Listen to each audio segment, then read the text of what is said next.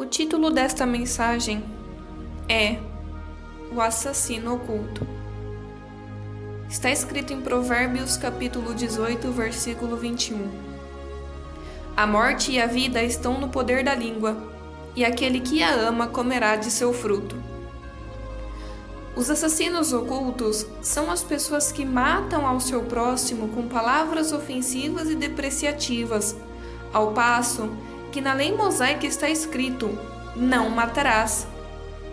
Em Êxodo, capítulo 20, versículo 13, e Deuteronômio, capítulo 5, versículo 17, está escrito, que refere-se a um não matar fisicamente. Agora, há de se entender que este mandamento foi dado aos israelitas e eles cumpriam, não matando as pessoas que eram os seus irmãos israelitas. Infelizmente, por outro lado, eles matavam as pessoas de outras nações e não eram condenados. Por isso, no Novo Testamento, Jesus aperfeiçoa este mandamento detalhadamente. Podemos ver neste primeiro ensinamento que Jesus não estava se referindo diretamente sobre uma morte física, e sim por uma morte com uma arma invisível e eficiente. As palavras não matarás entende-se para não cravar algo cortante, pontiagudo ou venenoso sobre o outro e tirar-lhe a vida. Na verdade, estas são as coisas que matam a carne, mas existem outros tipos de mortes bem piores, que matam a estima de uma pessoa, e não há castigo da justiça humana para o opressor, porque o indivíduo mata o outro, ferindo-lhe ou golpeando-lhe a alma. Em Mateus, no capítulo 5, nos versículos 21 e 22, está escrito: vocês ouviam o que foi dito aos seus antepassados: não mate, quem matar será julgado. Mas eu lhes digo que qualquer um que ficar com raiva do seu irmão será julgado. Quem disser ao seu irmão: você não vale nada, será julgado pelo tribunal. E quem chamar o seu irmão de idiota estará em perigo de ir para o fogo do inferno. Jesus deu um mandamento supremo que está escrito em João, no capítulo 13, nos versículos 34 e 35. E ele disse: um novo mandamento lhes dou: amem-se uns aos outros, como eu os amei. Vocês devem amar-se uns aos outros.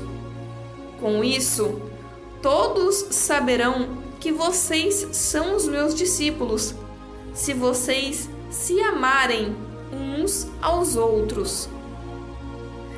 Por isso, como mandamento novo, neste potencial, um cristão professo deveria observar como tratar o seu irmão.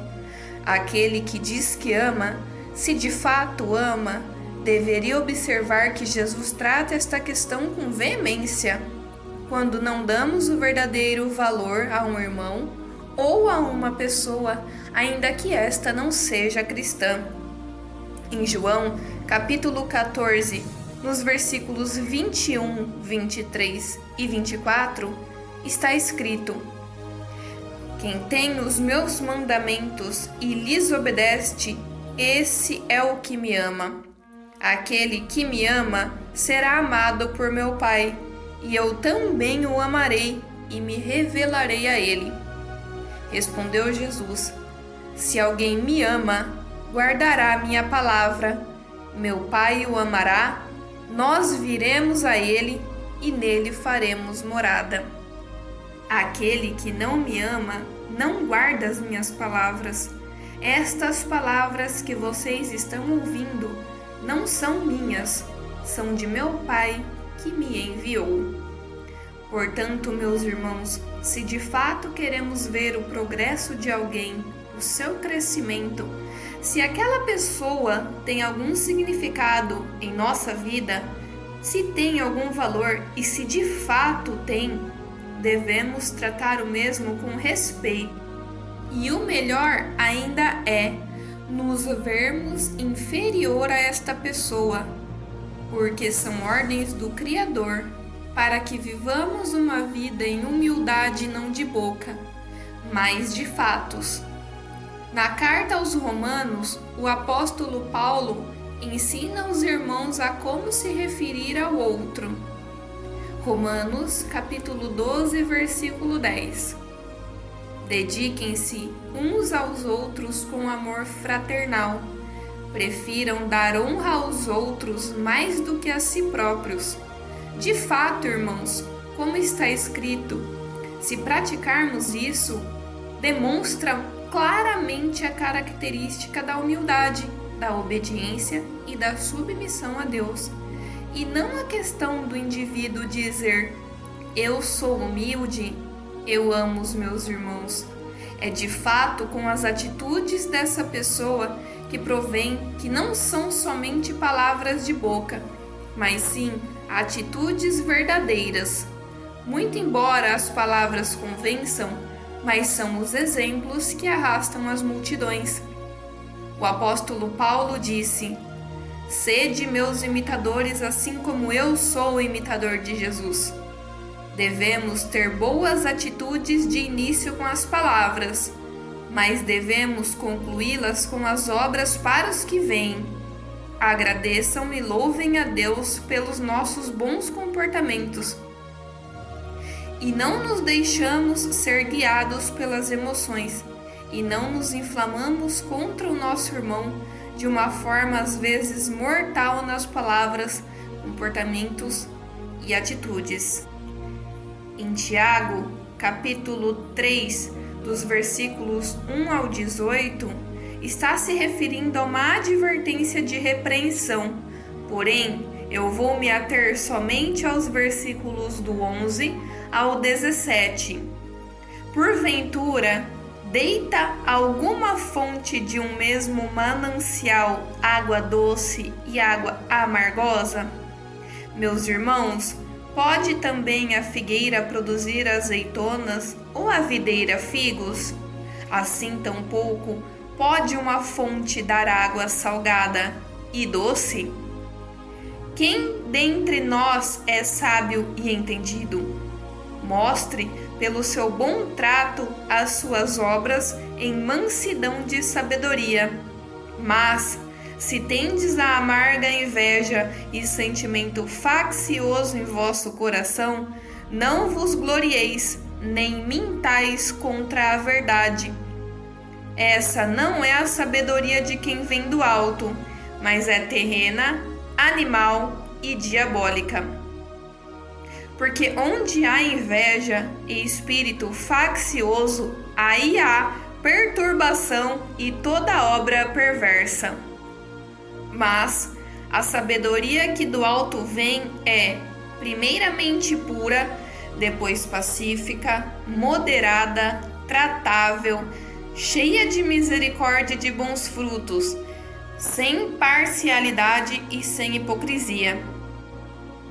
Meus irmãos, sei que estas palavras citadas são o suficiente para quem quer mudar, mas ainda assim deixarei algumas palavras a seguir que estão escritas na primeira carta de João, capítulo 3, versículos 14 e 15. Sabemos que já passamos da morte para a vida porque amamos os nossos irmãos. Quem não ama, permanece na morte. Quem odeia seu irmão é assassino, e vocês sabem que nenhum assassino tem vida eterna em si mesmo.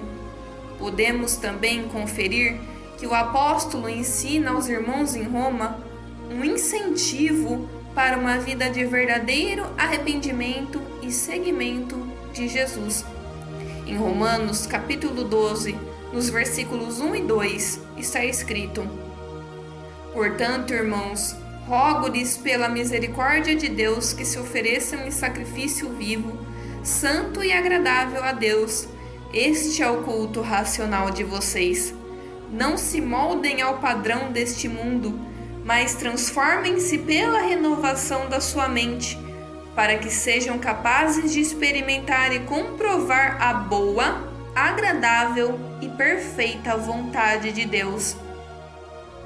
Em 1 Coríntios, no capítulo 11, dos versículos 31 e 32 está escrito: Mas, se nós nos examinássemos a nós mesmos, não receberíamos juízo. Quando, porém, somos julgados pelo Senhor, estamos sendo disciplinados para que não sejamos condenados em conjunto com o mundo. Por esta razão, se esforce enquanto tem a oportunidade, porque não importa o quanto você já errou, mas o que importa agora é o tamanho do seu arrependimento junto ao seu Senhor Jesus. Lembrem-se que em Atos dos Apóstolos, no capítulo 17, versículo 30, está escrito: Mas Deus, não tendo em conta os tempos da ignorância, anuncia agora a todos os homens e em todo lugar que se arrependam. Por isso, transformai-vos.